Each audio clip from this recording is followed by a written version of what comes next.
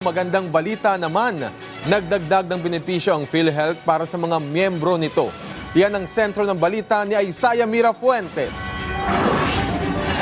Magandang balita para sa mga miyembro ng PhilHealth dahil may dagdag benepisyo silang kaloob para sa mga miyembro nila.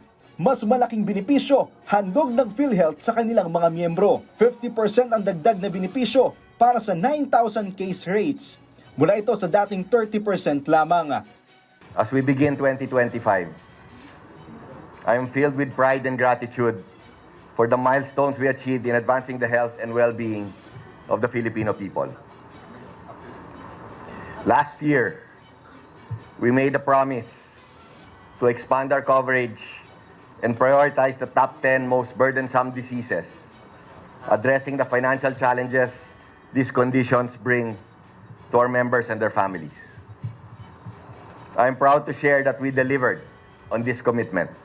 Kabilang sa kanilang binigyang pansin ay ang ischemic heart disease. Ayon sa PhilHealth, malinaw sa kanila na sakit sa puso ang nangungunang dahilan ng kamatayan ng tao sa Pilipinas. Kasama rin sa listahan ang pneumonia. Mula sa 15,000 pesos, umangat na ito sa 29,250 pesos. Ang dating 40,300, ngayon 60,450 package rate na ang i-cover ng PhilHealth. Sa cesarean naman na panganganak, makocover na ng PhilHealth ang 37,050 pesos na bayarin mula sa dating 19,000 pesos. Kabilang din sa mga may karagdagang PhilHealth benefits ay ang 5th leading cause of death na chronic kidney disease. Kasama rin sa may mga karagdagang benepisyo ay ang outpatient emergency care benefit o yung mga na-discharge sa ospital sa loob lamang ng 24 oras. Maging ang preventive oral health services in primary care ay may updated rin na benepisyo. Ang iba pang mga case rates ay nakalagay sa website ng PhilHealth. At of course, nabanggit na rin naman ni President BBM in some of his statements na kakayanin ng pondo ng PhilHealth yung ating pagpapatuloy na pagbibigay ng benepisyo and even pag-expand pa at pag-increase ng ating mga benepisyo. Kung kaya't patuloy po natin na inilabas at ipapatupad ang ating mga improvements in our benefits. Ang ilan sa mga dagdag benepisyo ng PhilHealth ay mga naging suhestyon ni Agri-Party List Representative Wilbert Manoyli sa budget deliberation ng Kongreso.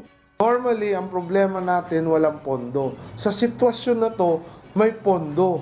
No? Anong hinihintay natin? Bakit hindi natin ito magawa? Ang hindi ko matanggap dito, bakit tingi-tingi?